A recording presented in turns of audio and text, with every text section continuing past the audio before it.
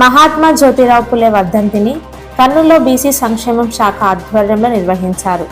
బిర్లాగేట్ వద్దనున్న జ్యోతిరావు పులే విగ్రహానికి జిల్లా కలెక్టర్ రంజిత్ బాషా, ఉన్నత అధికారులు, బీసీ ఎస్సీ సంఘాల నాయకులు పూలమాలలు వేసి నివాళులర్పించారు.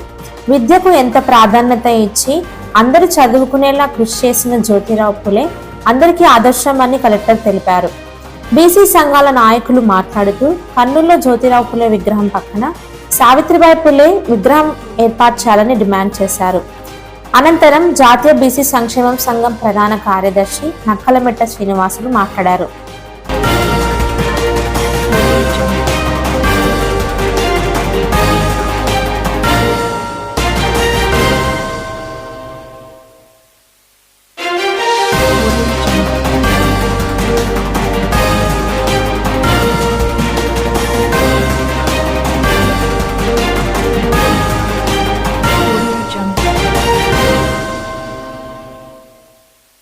విద్య పైన కృషి చేసిన మహాత్మా జ్యోతిరావు పూలే, అస్పృశ్యత పైన దాడి చేసిన మహాత్మా జ్యోతిరావు పూలే ఈరోజు వర్ధంతి సందర్భంగా ఇక్కడ పూలమాలలతో ఆయన్ను సత్కరించాము.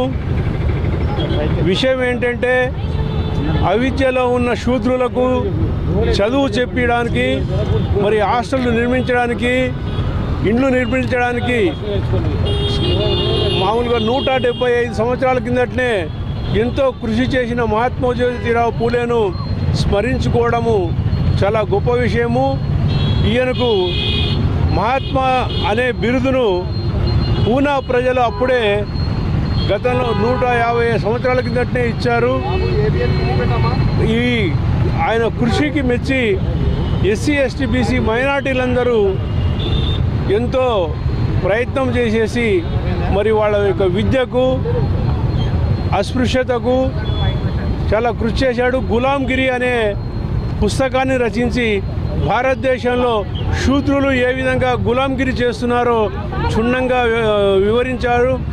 అట్లాంటి మహనీయుని యొక్క వర్ధంతిని జరుపుకోవడం చాలా ఇప్పటికీ మన కర్నూలు జిల్లాలో, ఉమ్మడి కర్నూలు జిల్లాలో 84 పూలే, సావిత్రిబాయి పూలే విగ్రహాలను పెట్టాము, ఇంకా పెట్టదలుచుకున్నాము.